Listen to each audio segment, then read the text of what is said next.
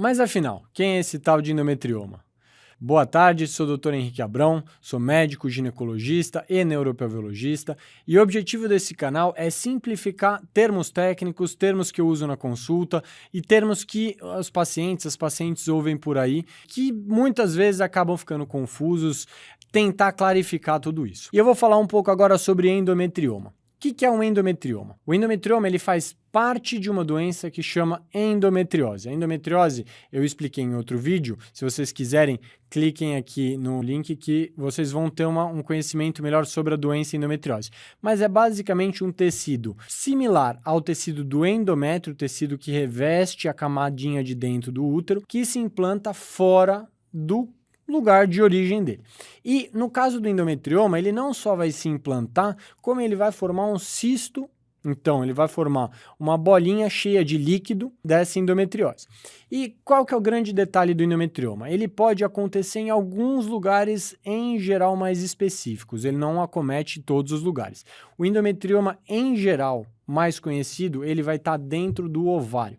Então, ele vai formar um cistinho de endometriose que o líquido é um sangue um pouquinho mais envelhecido, que ele até parece um sangue com aspecto de chocolate, e ele vai formar um cisto que vai crescendo e pode geralmente afetar um pouco mais a infertilidade. Então, essa é a parte da endometriose que tem um pouquinho mais de relação com a infertilidade nos casos do ovário.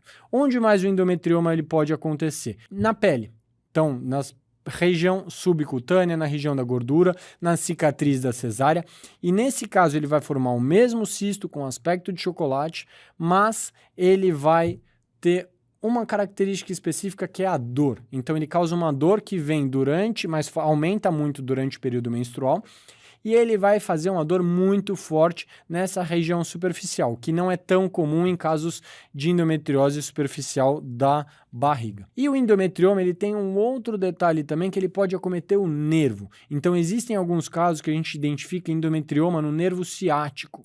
E é um endometrioma que fica dentro da camadinha do nervo, e esse endometrioma, isso é muito raro, e ele pode causar, além de dores irradiando para as pernas e dificuldade de se locomover, dificuldade de andar, ele pode causar alguns problemas até nos pés, porque o nervo ciático é o nervo que vai até a ponta do pé. Qual que é o detalhe disso? A gente consegue, por ser um cisto, enxergar, fazer um exame físico detalhado e enxergar isso já no exame físico, mas enxergar muito bem no exame de imagem. Então, é sempre importante a gente olhar no exame de imagem para características desse cisto, para a gente poder fazer o diagnóstico e propor o tratamento. Você se identificou com alguma dessas coisas? Você já ouviu falar desse tema?